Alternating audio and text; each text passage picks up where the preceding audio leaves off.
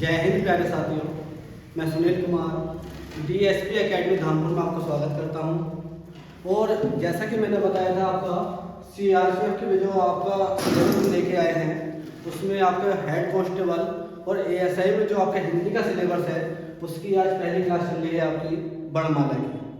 तो आइए हम देखते हैं इसमें। और हाँ, मैं आपको बता दूँ कि अब हमारे पास जो समय है बहुत कम है, तो इसलिए जो हमारे जो एग्ज़ाम की दृष्टि से जो बहुत ज़रूरी एग्जाम आएगा, जो आपके एग्ज़ाम में आने वाला होगा, हम उस पर ही चर्चा करेंगे और उसको ही पढ़ेंगे। हम फालतू चीज़ ना पढ़ के जो आपका मोस्ट होगा उस पर ही विशेषकर हम ध्यान देंगे। तो पहला टॉपिक है आपका वर्णमाला का।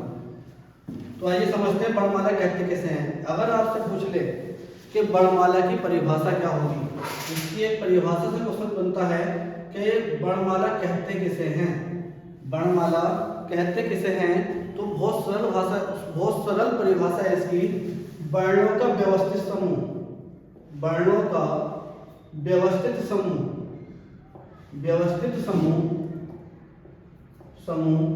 वर्णमाला कहलाता है। वर्णमाला कहलाता है वर्णों का व्यवस्थित समूह वर्णमाला कहलाता है। और ध्यान रखना, वर्ण को हम क्या बोलते हैं? लिपि चिन्ह भी बोलते हैं, लिपि चिन्ह। तो ध्यान रखना, लिपि चिन्ह का व्यवस्थित समूह भी क्या कहलाएगा? वर्णमाला कहलाएगा। तो इसे नोट कर लेना, लिपि चिन्हों का व्यवस्थित समूह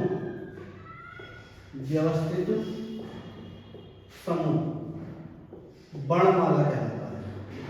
वर्णमाला कहलाता है।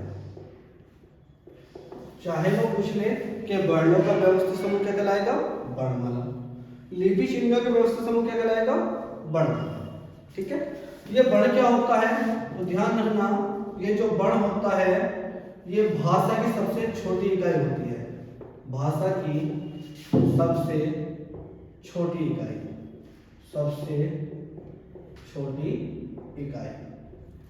भाषा की सबसे छोटी इकाई क्या होती है?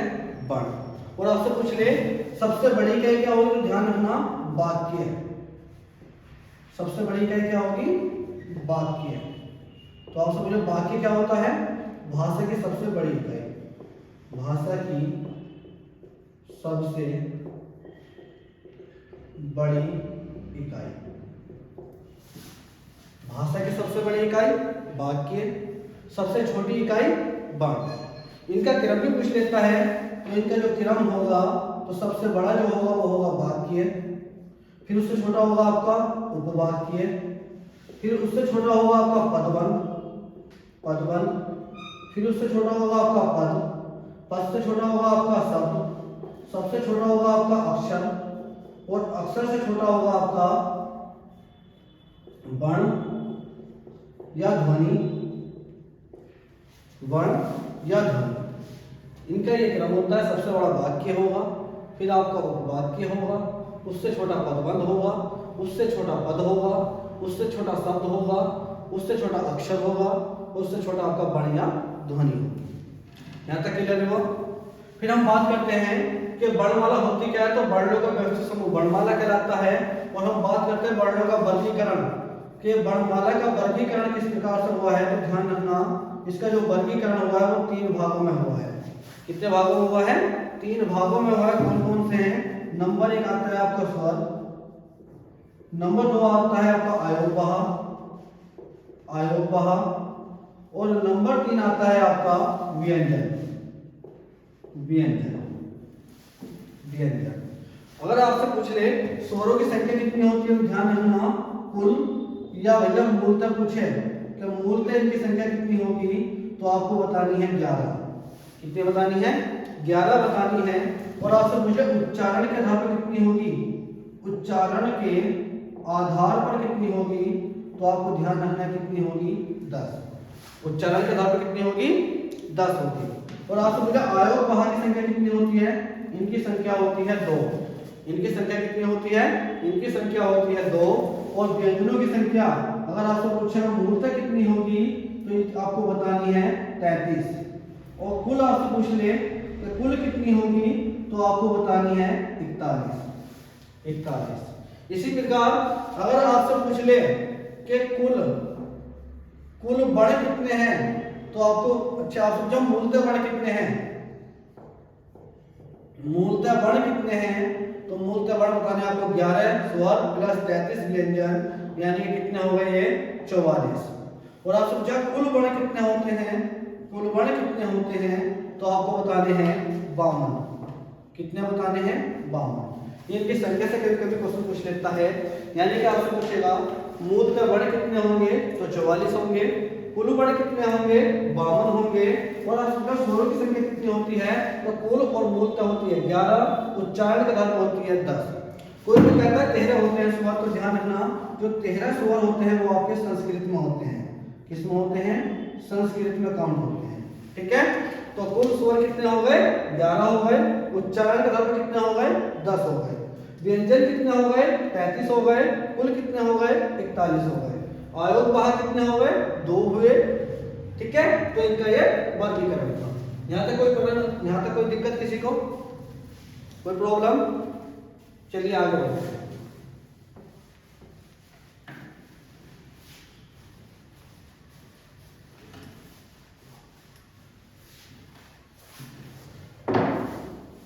नंबर 1 आता है आपका, अब स्वर के बारे में पढ़ेंगे हम कि स्वर कहते किसे हैं, स्वर कहते किसे। तो एक क्वेश्चन इसकी परिभाषा पूछ लेता है कि स्वर बोलते किसको है, तो ध्यान रखना वह ध्वनि जो स्वतंत्र होती है, जो स्वतंत्र होती है, वह ध्वनि जो स्वतंत्र होती है स्वर कहलाती है।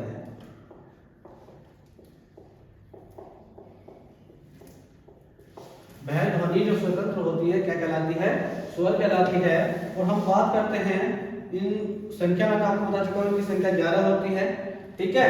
कौन कौन सी काउंट होंगी इसमें, इनकी जो संख्या होगी, संख्या जो होगी वो मूलतः पूछ ले, चाहे भैया वो कुल पूछ ले, आपको 11 बतानी है, और पूछ ले आपसे उच्चारण के आधार पर कितने होंगे, तो उच्चारण के आधार पर आपको 10 बताने हैं, ठीक है।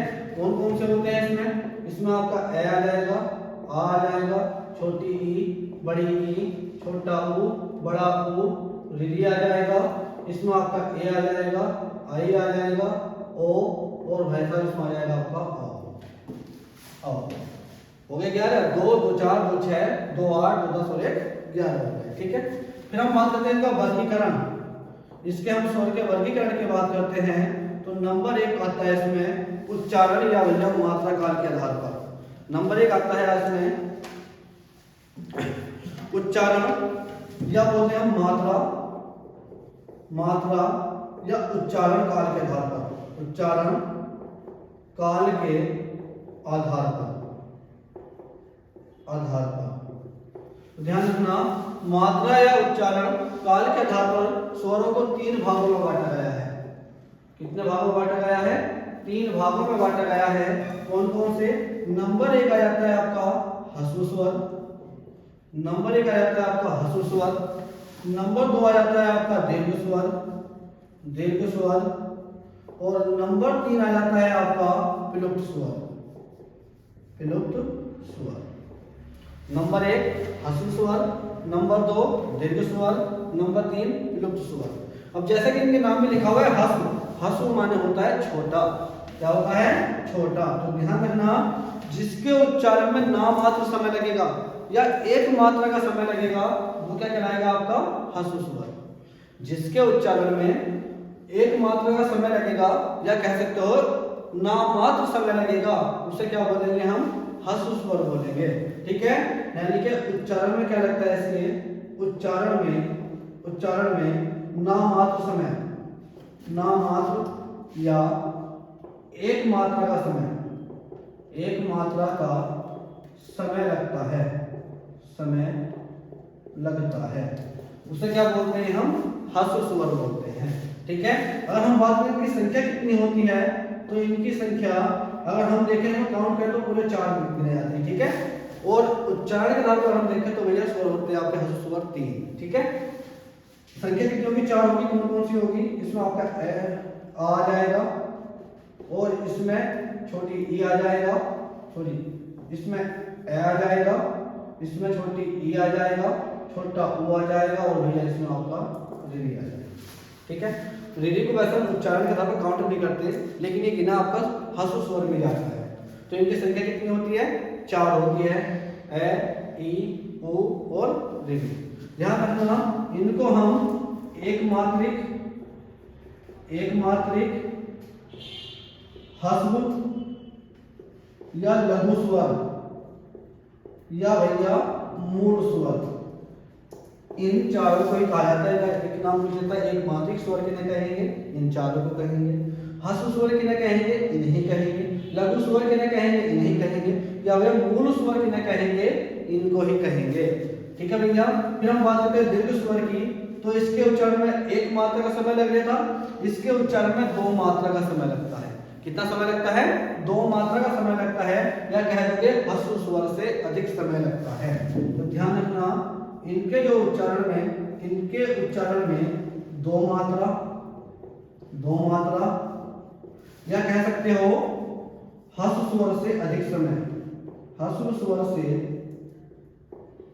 अधिक समय लगता है, अधिक समय लगता है।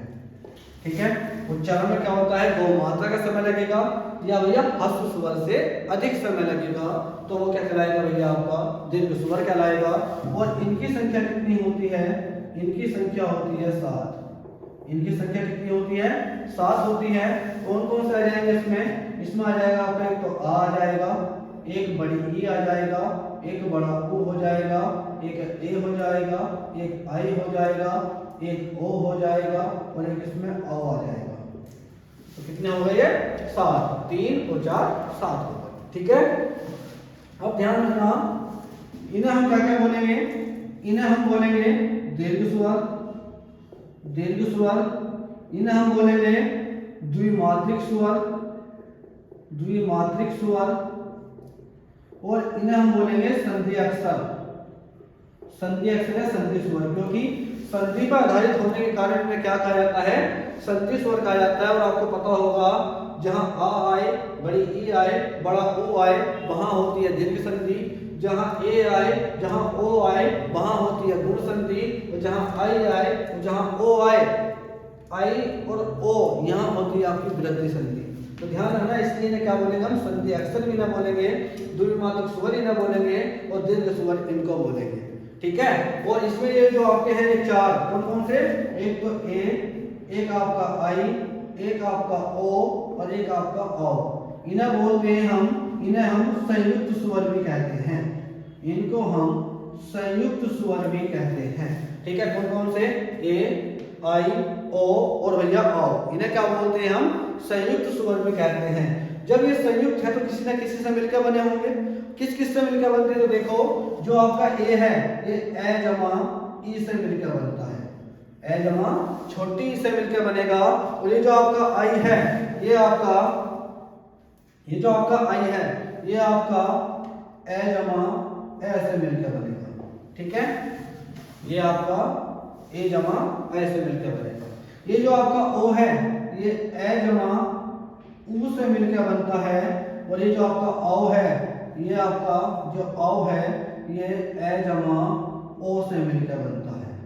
ठीक है, तो ध्यान रखना, ये जो आपका ए है, ए जमा ई से मिलकर बनेगा। ये जो आपका आई है, ए जमा आई से ए से मिलकर बनेगा।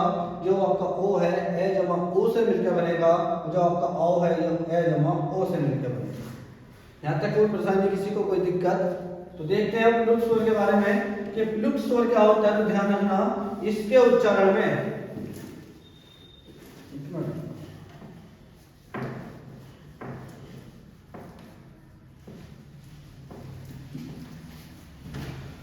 अगर मैं प्लुप्त स्वर की बात करता हूं, तो प्लुप्त स्वर तो ध्यान रखना, इसके जो उच्चारण में है 3 मात्रा या आप कह सकते हो दीर्घ स्वर से अधिक समय लगता है, दीर्घ स्वर से अधिक समय लगता है, अधिक समय लगता है। ठीक है, यानी कि जिसके उच्चारण में 3 मात्रा का या दीर्घ स्वर से अधिक समय लगेगा, वो क्या कहलाएगा? आपका प्लुप्त स्वर कहलाएगा। और ध्यान रखना, इसमें जैसा आ जाएगा आपका राम, यानी कि जिसको हम खींच कर बोलेंगे राम, जैसे ओम, ओम, तो ये क्या कहलाएंगे आपके विलुप्त स्वर कहलाएंगे। ठीक है, तो आपसे पूछ ले मात्रा या उच्चारण काल के आधार पर स्वरों का वर्गीकरण कितने भागों में हुआ है? 3 भागों में हुआ है, ह्रस्व स्वर, दीर्घ स्वर, विलुप्त स्वर। अगर हम बात करते हैं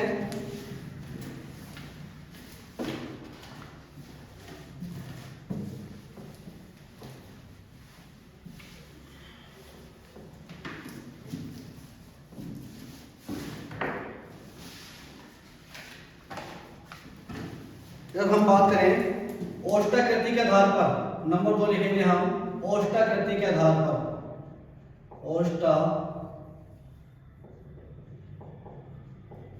ओष्ठाकृति यानी कि होठों की आकृति के आधार पर, तो इनको हमने 2 भागों में बांटा है। कितने भागों में बांटा है? 2 भागों में बांटा है। ठीक है, कितने भागों में बांटा है इनको? 2 भागों में बांटा है। कौन कौन से? नंबर 1 है आपका वृत्ताकार, नंबर 1 है आपका वृत्ताकार, या भैया ऐसा हम व्रतमुखी भी कह सकते हैं, व्रतमुखी। नंबर 2 है आपका अवृत्ताकार, अवृत्ताकार, या भैया अवृतमुखी, अवृतमुखी। अब बात करते हैं वृत्ताकार क्या होगा, तो जिनके उच्चारण में होठों की आकृति क्या हो जाए? गोल हो जाए, वृत्त के आकार की हो जाए, क्या कहलाती है? आपकी वृत्ताकार कहलाती है। ठीक है, तो ध्यान रखना जिनके उच्चारण में अवृत्ताकार या भैया अवृतमुखी। तो ध्यान रखना जिनके उच्चारण में, जिनके उच्चारण में ओष्ठों की आकृति गोल, ओष्ठों की आकृति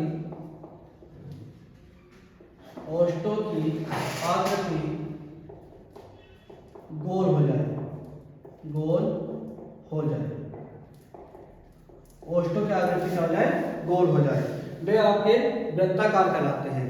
और इनकी जो संख्या होती है, इनकी संख्या होती है 4। इनकी संख्या कितनी होती है? 4 होती है। कौन कौन से हैं? ऊ, बड़ा ऊ, ओ, और वैसा आपका आएगा आ, ऊ, बड़ा ऊ, ओ और भैया आ। ठीक है, और अवृत्ताकार, अवृतमुखी क्या होंगे? तो जिनके उच्चारण में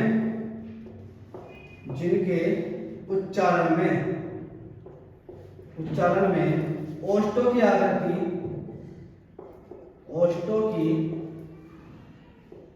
ओष्ठों की आकृति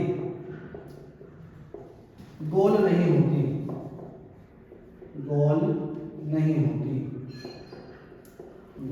होती, वे आपके अवृत्ताकार कहलाते हैं, वे आपके अवृत्ताकार कहलाते हैं। तो इनकी संख्या कितनी होती है? इनकी संख्या होती है 7। इनकी संख्या कितनी होती है? इनकी संख्या होती है 7। इसमें आपका ए आ जाएगा, इसमें एक आपका ए आ जाएगा, आ जाएगा, ई आ जाएगा, बड़ी ई आ जाएगा, री आ जाएगा, ए और भैया आई। तो कितने हो गए? 7। 1 2 3 4 5 6 7। ठीक है भैया, तो यह हो गए ओष्ठाकृति के आधार पर 2 भागों में बांट दिया। नंबर 1 वृत्ताकार या वृत्तमुखी, जिनके उच्चारण में ओष्ठों की आकृति क्या हो जाए? गोल हो जाए, तो वे कहलाएंगे आपके वृत्ताकार। इनकी संख्या होगी 4। कौन कौन से आ जाएंगे इसमें? ऊ, बड़ा ऊ, ओ और औ हो जाएंगे। अवृत्ताकार अवृतमुखी में जिनके उच्चारण में ओष्ठों की आकृति गोल न होकर इधर उधर फैल जाएं, तो वो क्या कहलाते हैं? आपके अवृत्ताकार अवृतमुखी कहलाते हैं। इनकी संख्या होती है 7। कौन कौन से? ए आ जाएगा इसमें, आ, ई, बड़ी ई, री, ए और आई। फिर हम बात करते हैं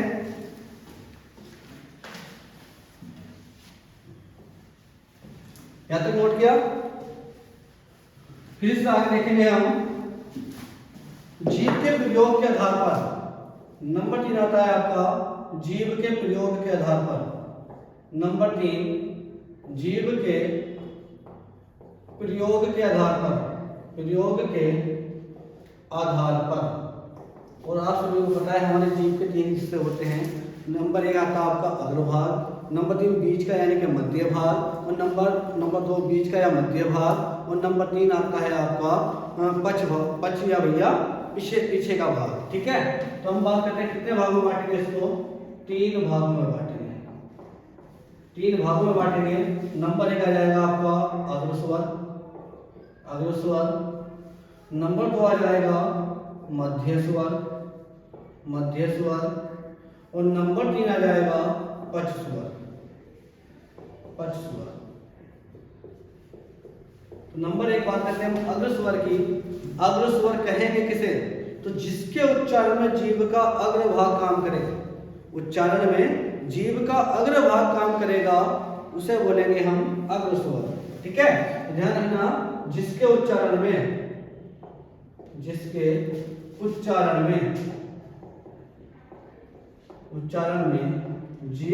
जीभ का अग्रभाग काम करे, अग्रभाग कार्य करे,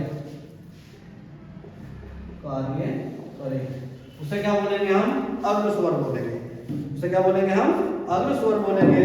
और इसकी संख्या की हम बात करते हैं तो इसकी जो संख्या होती है वो होती है 5। इसकी संख्या की हम बात करें तो इसकी संख्या होती है 5। कौन कौन से हैं, नंबर 1 आ जाएगा इसमें ई, बड़ी ई, ए, आई, और एक इसमें आ जाएगा आपका डी, एक इसमें काउंट हो जाएगा आपका डी। ठीक है, तो कौन कौन सा हो गए, ई, बड़ी ई, ए, आई और डी। तो इनकी संख्या कितनी हो गई, 5 हो गई। फिर हम बात करते हैं मध्य स्वर, तो बहुत इसमें केवल एक ही आता है आपका ए।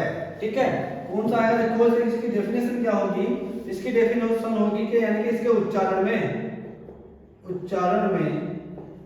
जीभ का मध्य भाग काम करता है, जीभ का मध्य भाग काम करता है,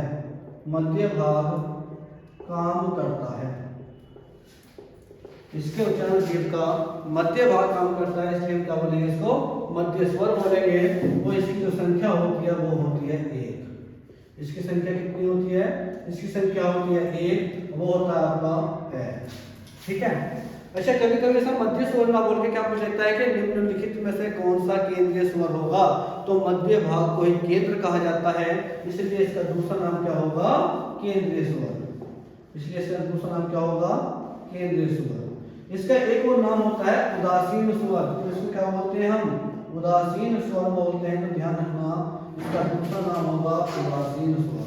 ठीक है, जब हम बात करते हैं पक्ष स्वर, तो ध्यान रखना, जिसके उच्चारण में जीभ का पिछला भाग काम करेगा, जिसके उच्चारण में जीभ का पिछला भाग काम करेगा वो आपका पक्ष स्वर कहलाएगा। तो ध्यान रखना, उच्चारण में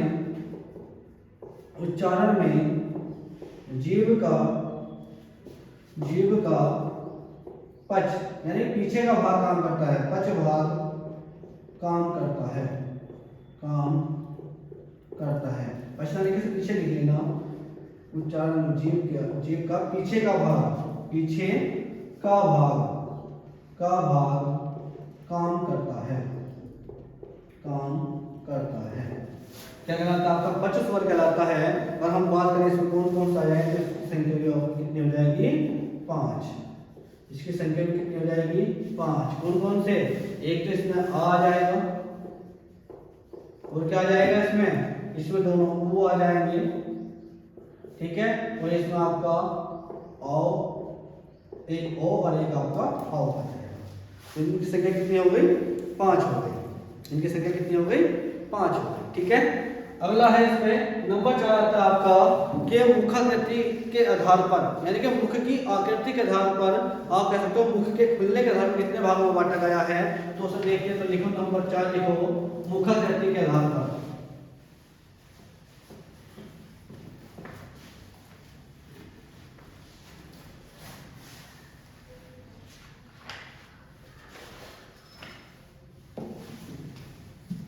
लिखो नंबर 4 है आपका मुखाकृति के आधार पर,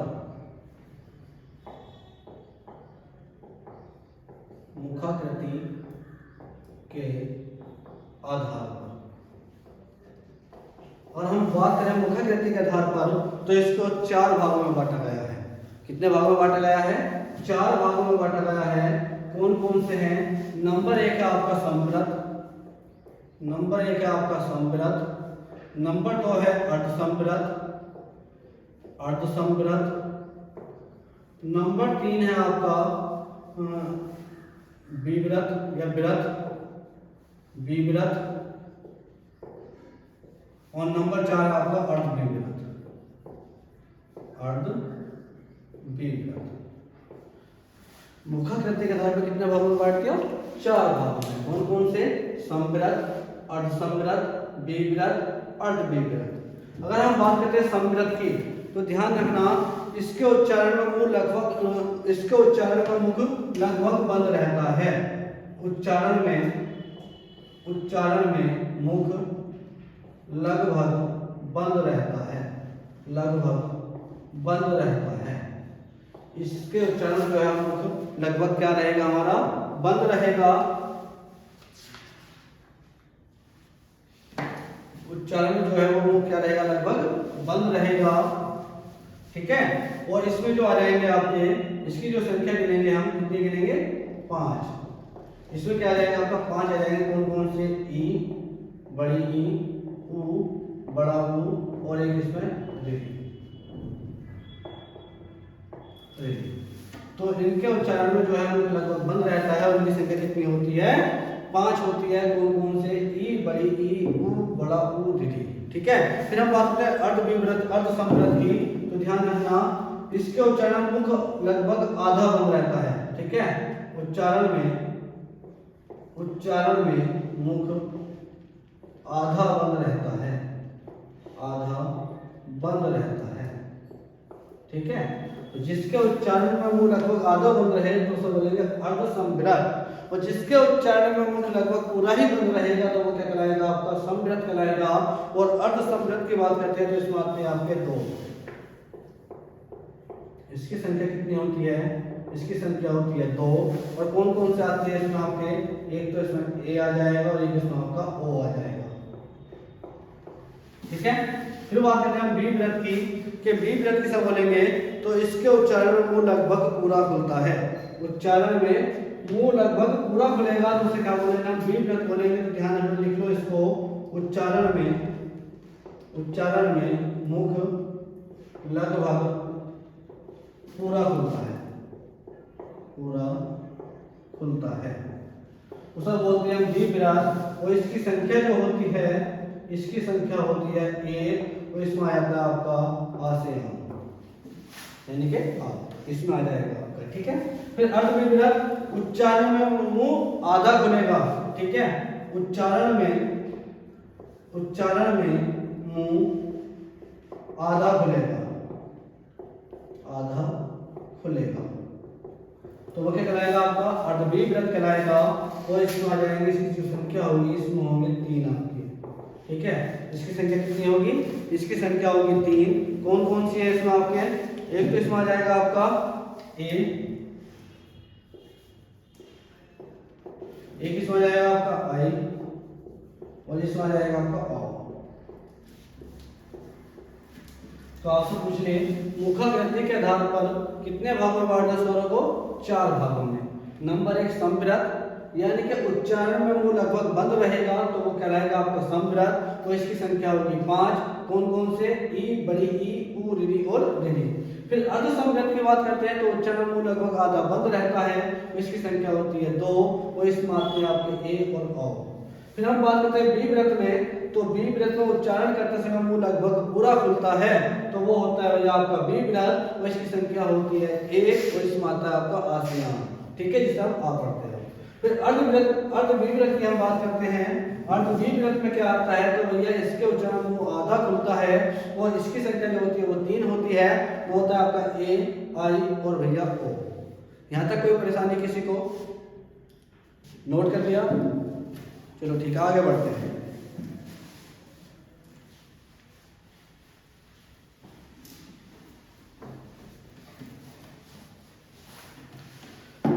नंबर 5 आता है आपका हवा के नाक में मुंह से निकलने के आधार पर। हवा के नाक में मुंह से निकलने के आधार पर, निकलने के आधार पर, यानी कि हवा के नाक या मुंह से निकलने के आधार पर कितने भागों में बांटते हैं हमने इसको हम बांटेंगे दो भागों में। कितने भागों में बांटेंगे इसको? हम दो भागों में बांटेंगे। नंबर एक आ जाएगा इसमें निर्नुनासिक, नंबर एक आ जाएगा इसमें निर्नुनासिक, निर्नुनासिक, निर्नुनासिक, और नंबर दो आ जाएगा आपका अनुनासिक, अनुनासिक। अगर हम बात करते हैं निर्नुनासिक की तो इसका दूसरा नाम होता है मौखिक स्वर। क्या नाम होता है इसका दूसरा नाम? इसका दूसरा नाम होता है, इसका दूसरा नाम होता है मौखिक स्वर, मौखिक स्वर। इसका दूसरा नाम क्या होता है? मौखिक स्वर होता है। और ध्यान रखना इसमें क्या होगा, उच्चारण करते समय केवल जो हवा है वो केवल मुंह से निकलती है। ठीक है, उच्चारण करते समय हवा केवल मुंह से निकलती है। उच्चारण करते समय केवल हवा, केवल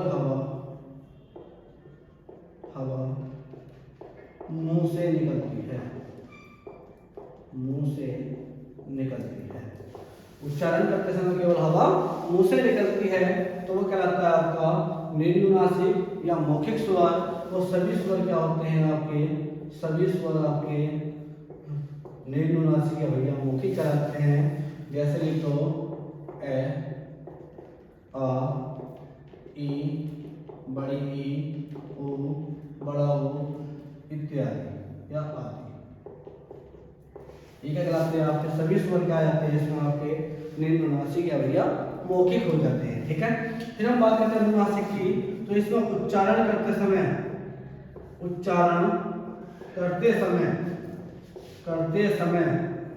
हवा नाक व मुंह दोनों से निकलती है, नाक व मुंह दोनों से निकलती है, दोनों से निकलती है,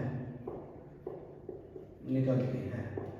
ठीक है, उच्चारण करते समय हवा नाक में मुंह दोनों से निकलती है तो वो बन जाएगा आपका अनुनासिक। और इसमें देखो ध्यान रखना, इसमें जो है ना आपका सबके ऊपर स्वर के ऊपर क्या चढ़ जाता है? सभी स्वर के ऊपर चंद्र बिंदु, चंद्र बिंदु, चंद्र बिंदु आ जाता है।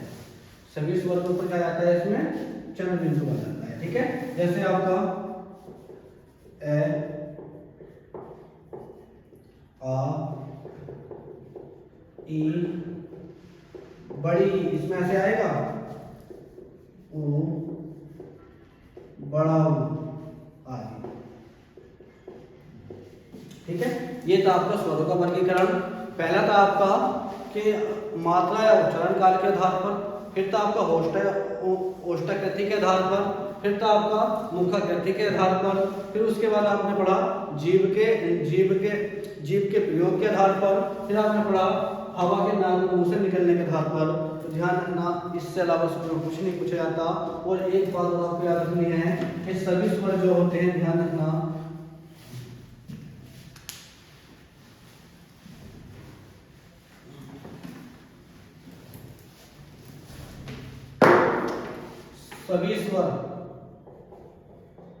सभी स्वर अल्प प्राण होते हैं, सभी स्वर अल्प प्राण होते हैं, अल्प प्राण होते हैं। ठीक है, सभी स्वर क्या होते हैं?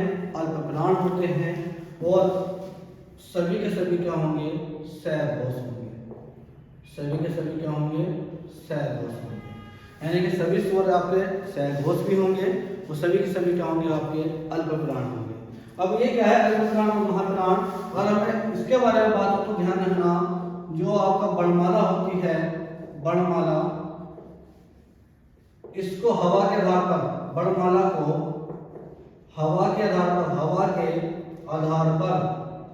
आधार पर दो भागों में बांटते हैं। कितने भागों में बांटते हैं? दो भागों में बांटते हैं, दो भागों में बांटते हैं। ठीक है, कौन कौन से हैं? नंबर एक आता है आपका अल्प प्राण, नंबर एक आता है आपका अल्प प्राण, नंबर 2 आता है आपका महाप्राण। ठीक है, नंबर 1 आपका अल्प प्राण और नंबर 2 आता है आपका महाप्राण। ठीक है, यानी कि अगर हम बात करें हवा को संस्कृत में क्या बोलते हैं, हवा को जो संस्कृत में कहा जाता है वो कहा जाता है प्राण। यानी कि संस्कृत में ही हवा को प्राण कहते हैं, इसलिए हवा के लगभग वर्णमाला को 2 भागों में बांटा है, अल्प प्राण और महाप्राण। और ध्यान रखना, जिसके उच्चारण में मुख से बहुत कम हवा निकलेगी, यानी कि नामात्र हवा निकलेगी, वो आपको अल्प प्राण कहलाएगा। ठीक है, यानी कि आपसे कह रहे हैं उच्चारण में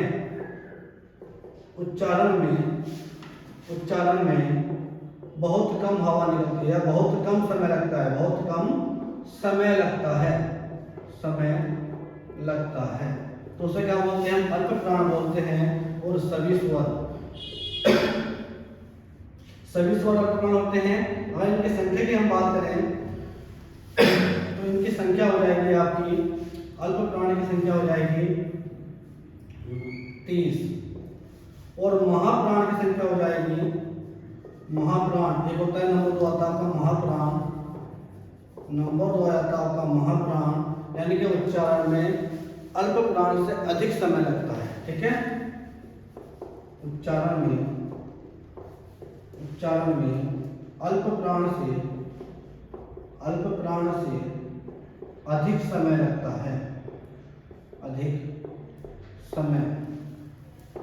है, या ऐसे कह सकते हो उच्चारण में मुख से हवा अधिक निकलती है, उच्चारण में मुख से हवा अधिक निकलती है, उसे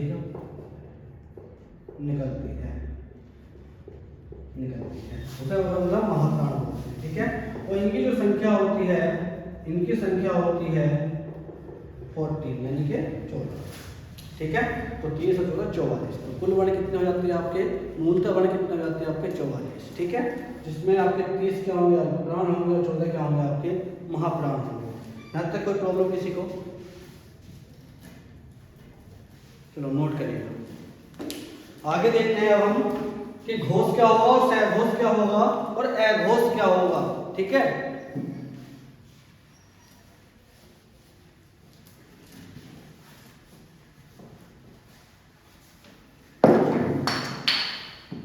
फिर आगे आता है आपका कि सहघोष क्या होता है और अघोष क्या होता है। तो ध्यान रखना कि वर्णमाला को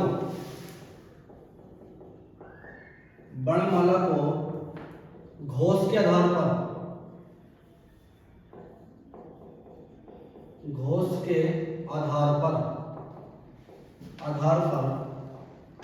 दो भागों में बांटा गया है। कितने भागों में बांटा गया है? 2 भागों में बांटा गया है, जिसमें नंबर 1 आएगा आपका सहघोष और नंबर 2 आएगा आपका अघोष। ठीक है, सहघोष और अघोष। और आपको ध्यान रखना है सहघोष का ही दूसरा नाम होता है घोष। ठीक है, अब इसकी परिभाषा क्या होगी? इसकी परिभाषा होगी जिसके उच्चारण में हमारे स्वर तंत्रिकाएं कंपन करेंगी, जिस वर्ण के उच्चारण में हमारे स्वर तंत्रिकाएं कंपन करेंगी उसे हम सहघोष बोलेंगे, और जिस वर्ण के उच्चारण में स्वर तंत्रिकाएं कंपन नहीं करेंगी उसे हम अघोष बोलते हैं।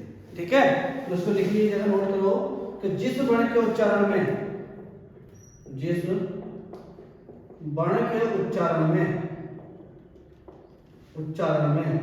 स्वर तंत्रिकाएं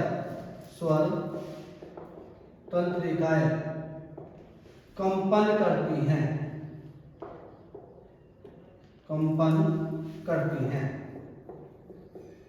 सहघोष, जिस वर्ण के उच्चारण में स्वर तंत्रिकाएं कंपन करती हैं, क्या करती हैं? कंपन करती हैं, वो आपका सहघोष कहलाता है। और सहघोष की संख्या होती है 31। कितनी होती है? 31 होती हैं। ठीक है, यानी कि सभी स्वर में क्या होते हैं आपके सहघोष होते हैं। ठीक है, फिर हम अघोष की बात करते हैं तो स्वर तंत्रिकाएं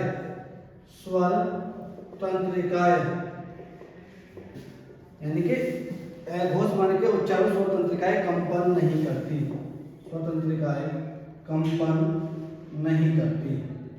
कंपन नहीं करती। ठीक है, कंपन नहीं करती, वो आपका एघोष कहलाता है। और इसकी संख्या जो होती है, इसकी संख्या होती है आपकी 13। इनकी संख्या कितनी होती है, एघोष वर्ण की संख्या कितनी होती है, 13 होती है।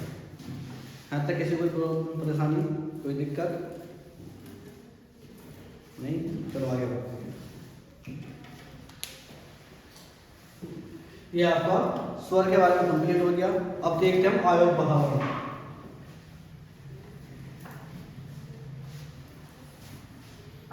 अगर हम आयोग बहावर्ण की बात करें, आयोग बहावर्ण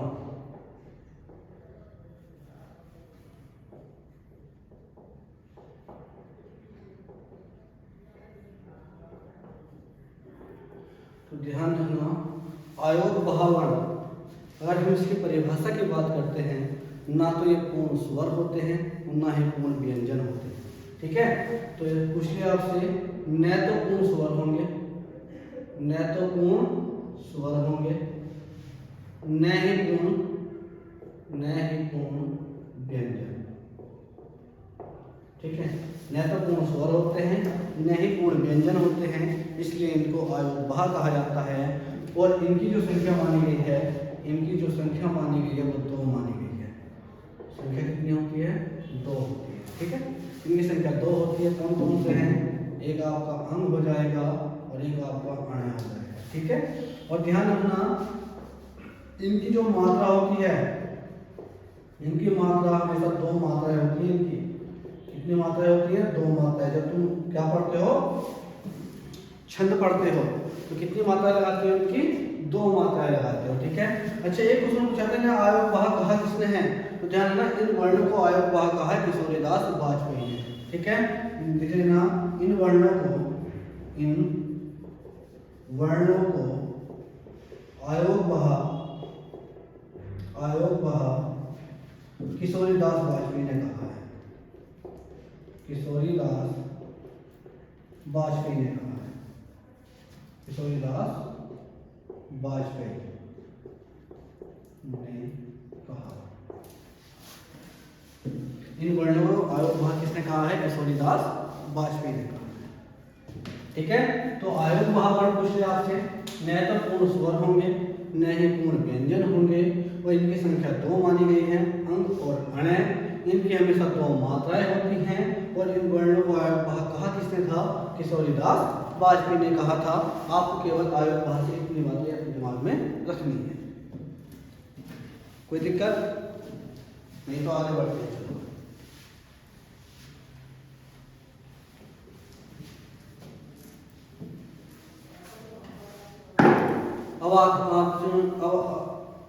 अब आपका अगला टॉपिक है व्यंजन।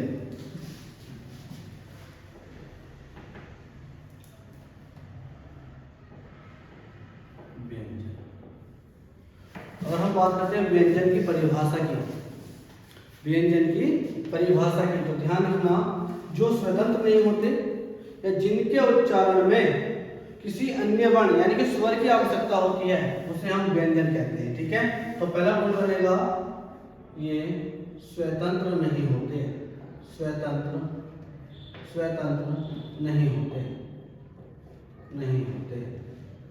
ठीक है, दूसरा पॉइंट बनेगा, इनके उच्चारण में स्वर की सहायता ली जाती है। ठीक है, उच्चारण में स्वर की सहायता ली जाती है, या जो स्वरों की सहायता से उच्चारित होती है वे आपके व्यंजन कहलाते हैं। ठीक है, फिर आपको ध्यान रखना है इनका वर्गीकरण, या इनकी संख्या के बारे में हम पूछें कि इनकी संख्या कितनी होगी, तो मैं आपको पहले ही बता चुका हूँ कि इनकी जो संख्या होगी, अगर आप सोचें मूलतः इनकी संख्या कितनी होती है, तो मूलतः संख्या होती है 33, और कुल कितनी होती है, तो कुल होती है 41। ठीक है, कुल कितनी होती है, 41 होती है। तभी तो कुल वर्ण, अगर हम कुल स्वर की बात करें, कुल स्वर कितने होते हैं, या मूलतः स्वर कितने होते हैं, मूलतः स्वर कितने होते हैं 11, और कुल जो वर्ण बनेंगे आपके मिलकर, तो कुल वर्ण कितने होंगे, 41 + 11 = 52। ठीक है, कितना हो जाएंगे, 52 हो जाएंगे। ठीक है, तो व्यंजन के बारे में बात करते हैं तो ये स्वतंत्र नहीं होते, उच्चारण और स्वर की सहायता ली जाती है। और संख्या इनकी अगर हम बात करें मूलतः 33 होती है, कुल होती है 11 41, और कुल स्वर या मूलतः स्वर की बात करते हैं 11 होंगे, और कुल वर्ण कितने बन जाएंगे भैया आपके 41 प्लस के 11 इक्वल टू 52। ठीक है, कोई दिक्कत? फिर हम बात करते हैं व्यंजन के वर्गीकरण की कि इनको कितने भागों में बांटा गया है। तो ध्यान रखना, व्यंजन को 3 भागों में बांटा गया है। कितने भागों में बांटा गया है? 3 भागों में बांटा गया है।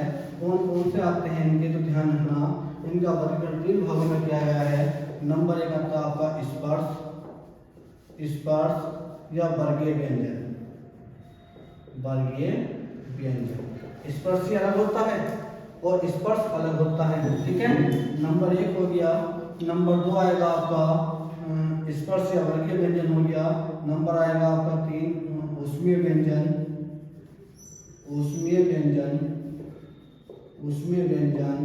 और नंबर 3 आएगा आपका अंतस्थ व्यंजन।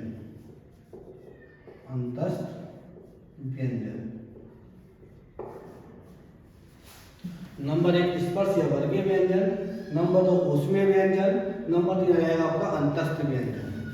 ठीक है, कोई दिक्कत नहीं। चलो आगे बढ़ते हैं। हेडिंग नंबर 1 स्पर्श या वर्गीय व्यंजन। नंबर 1 है आपका स्पर्श या वर्गीय व्यंजन।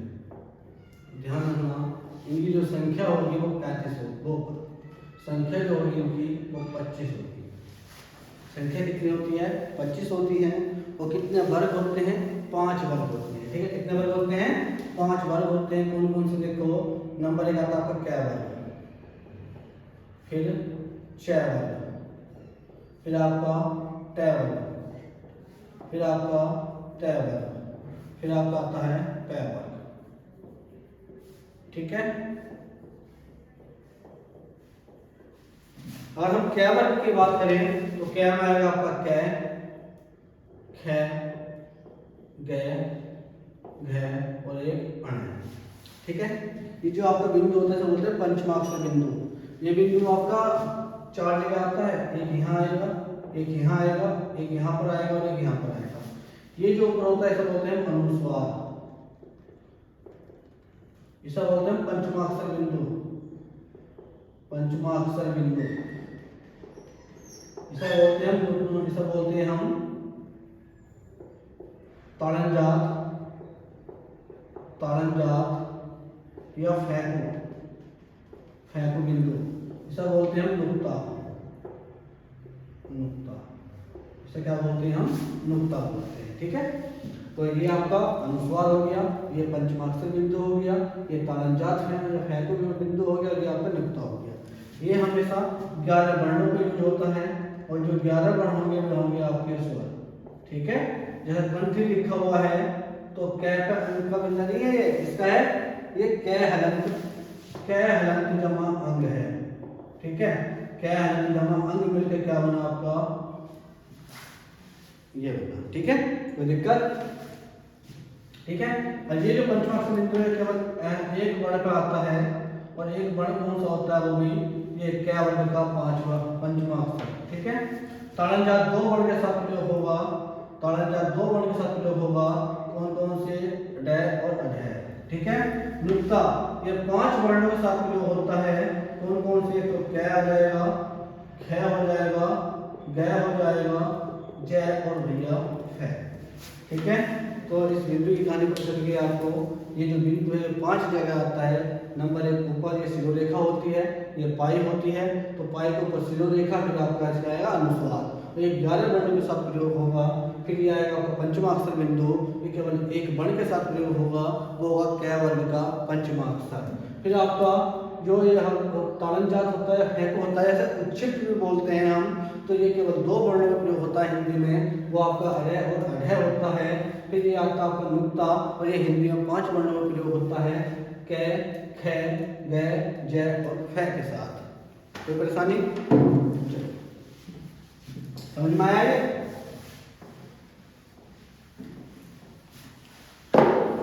तो कै वर्ग जो होगा वो कै, खे, गे, घे और अण। ठीक है, च के बाद च आ जाएगा, छ आ जाएगा, ज आ जाएगा, फिर झ आ जाएगा, फिर अण आ जाएगा, ट आ जाएगा, ठ, फिर ड और ढ और भैया अण। ठीक है, इसमें दो आ जाते हैं आपके, ये अड और ये अड है, अड है।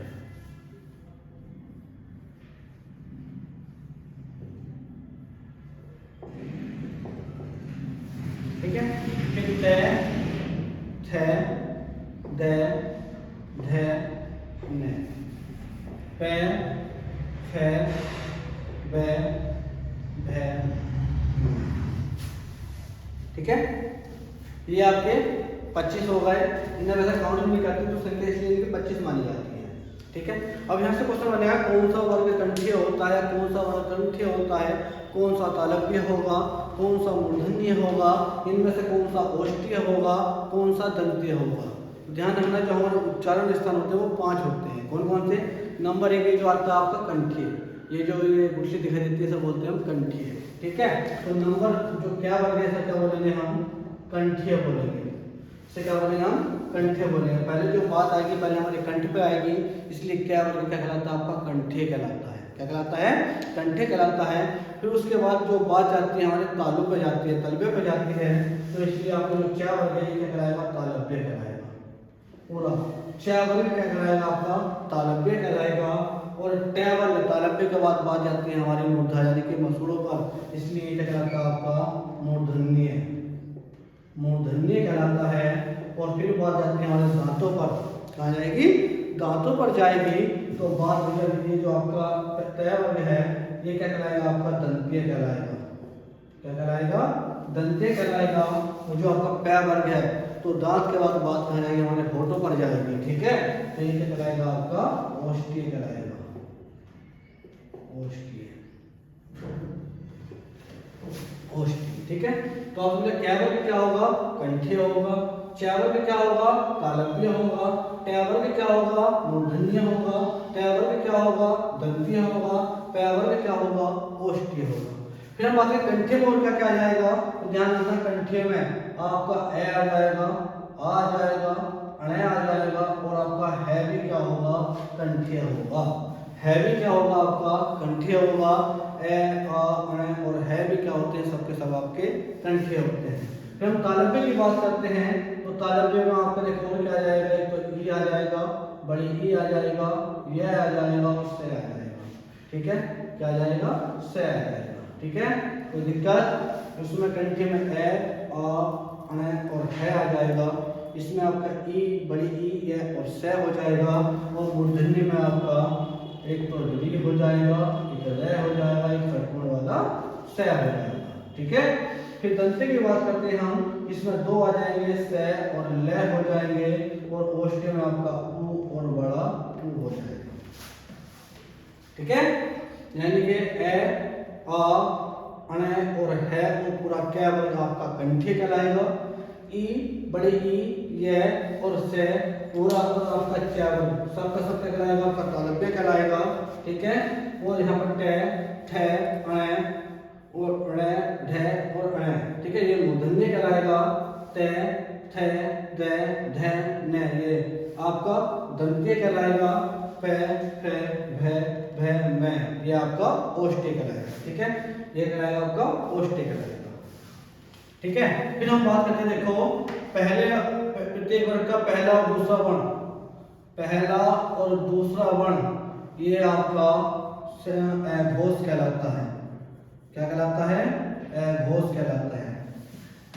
ठीक है, तो पहला और दूसरा वर्ण, प्रत्येक वर्ग का पहला और दूसरा वर्ण आपका घोष कहलाता है। और हम बात करते हैं पहला और तीसरा, चौथा, पांचवा वर्ण ये आपका सहघोष कहलाता है। क्या कहलाता है? सहघोष कहलाता है। ठीक है, और कैसे कैसे देखो, प्रत्येक वर्ग का पहला और दूसरा वर्ण आपका अघोष होगा, तीसरा, चौथा, पांचवा वर्ण क्या होगा? सहघोष होगा। और मैंने आपको पहले भी बताया है कि अघोष की संख्या होती है 13। अघोष की संख्या कितनी होती है? 13 होती है। कैसे कैसे देखो भाई, 10 तो ये हो गए, एक में 2 तो 5 में कितने 10 और 3 आपके हो जाएंगे से और षटकोण वाला से, कितने हो गए 13 हो गए। फिर मैंने आपको बताया था सहघोष कितने होते हैं 31 होते हैं। और कैसे कैसे 11 तो इसमें स्वर होते हैं, मैंने आपको बताया था कि प्रत्येक सभी स्वर क्या होते हैं सहघोष होते हैं। तो 11 स्वर हो गए और प्रत्येक वर्ग का तीसरा चौथा पांचवा वर्ण, यानी कि एक वर्ग में 3 तो 5 वर्ग में 3 पंजे 15। तो 15 क्या होंगे आपके सहघोष, ये हो गए 15, तो ये होगा वर्गीय और 11 स्वर हो गए प्लस 4 आपके आ जाएंगे अंतस्थ व्यंजन। अंतस्थ व्यंजन कौन कौन से, ये रे ले और वे, प्लस एक आ जाएगा आपका ऊष्मीय व्यंजन है, ऊष्मीय व्यंजन है। ठीक है, तो कितने हो गए 31, 11 और 15 26 और 4 20 और 1 31। तो 31 ये हो गए। तो ध्यान रखना प्रत्येक वर्ग का पहला और दूसरा वर्ण अघोष होगा, तीसरा चौथा पांचवा वर्ण क्या होगा सहघोष होगा। फिर मैंने बताया अल्पप्राण कौन सा होगा, महाप्राण कौन से होंगे।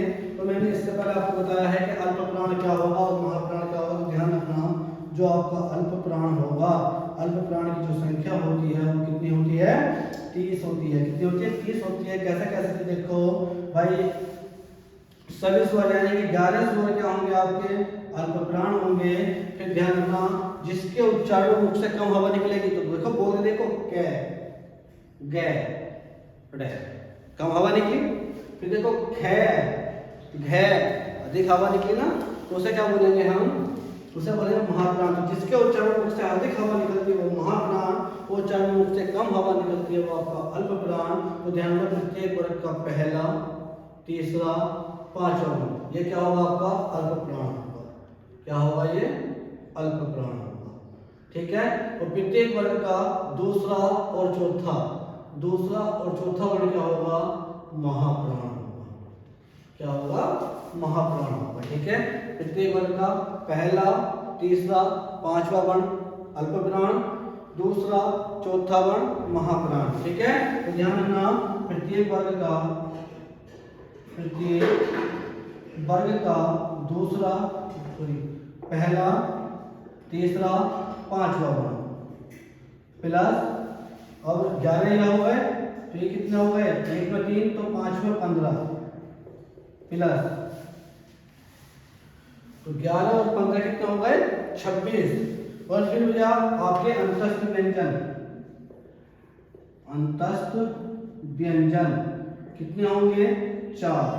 तो 11 क्या हो गए 15 26 और 4 30। ठीक है, जब महाप्राण की बात करते हैं तो इनकी संख्या मैंने बताई थी आपको 14 है। और कौन कौन सा पहले देखो भाई, प्रत्येक वर्ग का दूसरा और चौथा, एक में कितने हो गए, एक में आपके 2 हो गए तो 5 वर्ग में कितने होंगे 10 होंगे। ठीक है, तो प्रत्येक वर्ग का दूसरा और चौथा वर्ण यानी कितने हो गए 10 प्लस 4 आपके ऊष्मीय वर्ण कौन कौन से और भैया है। ठीक है, ये क्या हो गया आपके 14 ये होते हैं। ठीक है, तो अल्पप्राण की संख्या कितनी हो गई 30 और महाप्राण की संख्या 14 हो गई। प्रत्येक वर्ग का पहला दूसरा वर्ग अघोष होगा, तीसरा चौथा पांचवा वर्ग से अघोष होगा। क्या वर्ग कंठीय होगा, च वर्ग आपका तालव्य होगा, ट वर्ग आपका मूर्धन्य होगा, त वर्ग दंतीय होगा और प वर्ग ओष्ठीय होगा। ठीक है, यहाँ तक किसी को कोई दिक्कत परेशानी नहीं। चलो तो आगे बढ़ते हैं।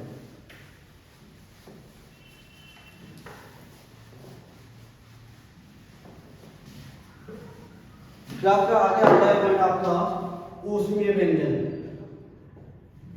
फिर आगे पॉइंट आता है आपका ऊष्मीय व्यंजन। तो ध्यान रखना ऊष्मीय व्यंजन इनकी संख्या कितनी होती है, इनकी संख्या होती है 4। कौन कौन से षटकोण वाला से और जो भैया है। ठीक है, सभी के सभी क्या होंगे अघोष। पहला पॉइंट सभी के सभी क्या होंगे अघोष होंगे। सॉरी, ये 3 क्या होंगे अघोष होंगे। और सभी के सभी क्या होंगे, ये तीन आपके एगोस हो गए, और ये सभी के सभी क्या होंगे, महाप्राण होंगे। क्या होंगे, महाप्राण होंगे। और मैंने अभी आपको बताया था है क्या होता है, कंठीय होता है। इसे हम एक नाम होता है इसका काकल्य, काकल्य, काकल्यवन। यह एक नाम होता है इसका अलजीहा, अलजीहा, अलजीहावन। ठीक है। और फिर हमने सया को लिखा था, ऐसे क्या लिखा था मैंने, मूर्धन्य है। जिसमें मैंने आपको मूर्धन्य लिखवाया था, और स के लिखवाया था मैंने आपको तालव्य लिखवाया था, और ये स के लिखवाया था मैंने आपको दंतीय लिखवाया था। ठीक है, ये क्या होता है, दंतीय होता है। ठीक है, तो स दंतीय, स तालव्य, चतुर्थ वाला स मूर्धन्य, और है क्या होगा, कंठीय होगा। और उसमें मिलकर ये चारों के चारों हो जाएंगे। ये तीन क्या होंगे आपके एगोस होंगे, और चारों के चारों क्या हो जाएंगे, आपके महाप्राण हो जाएंगे। ठीक है। फिर इसके बाद आपका आता है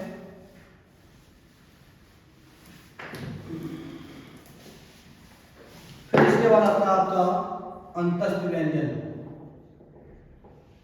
अंतस्थ व्यंजन। तो ध्यान रखना, अंतस्थ व्यंजन की जो संख्या होती है, इनकी विचार होती है कौन कौन से, य, र, ल और ब। ठीक है। और सभी के सभी क्या होते हैं, अल्प प्राण होते हैं, और सभी के सभी क्या होते हैं, सहघोष होते हैं। उसमें आपका है भी सहघोष था, ध्यान रखना। ठीक है, है भी क्या था, सहघोष था।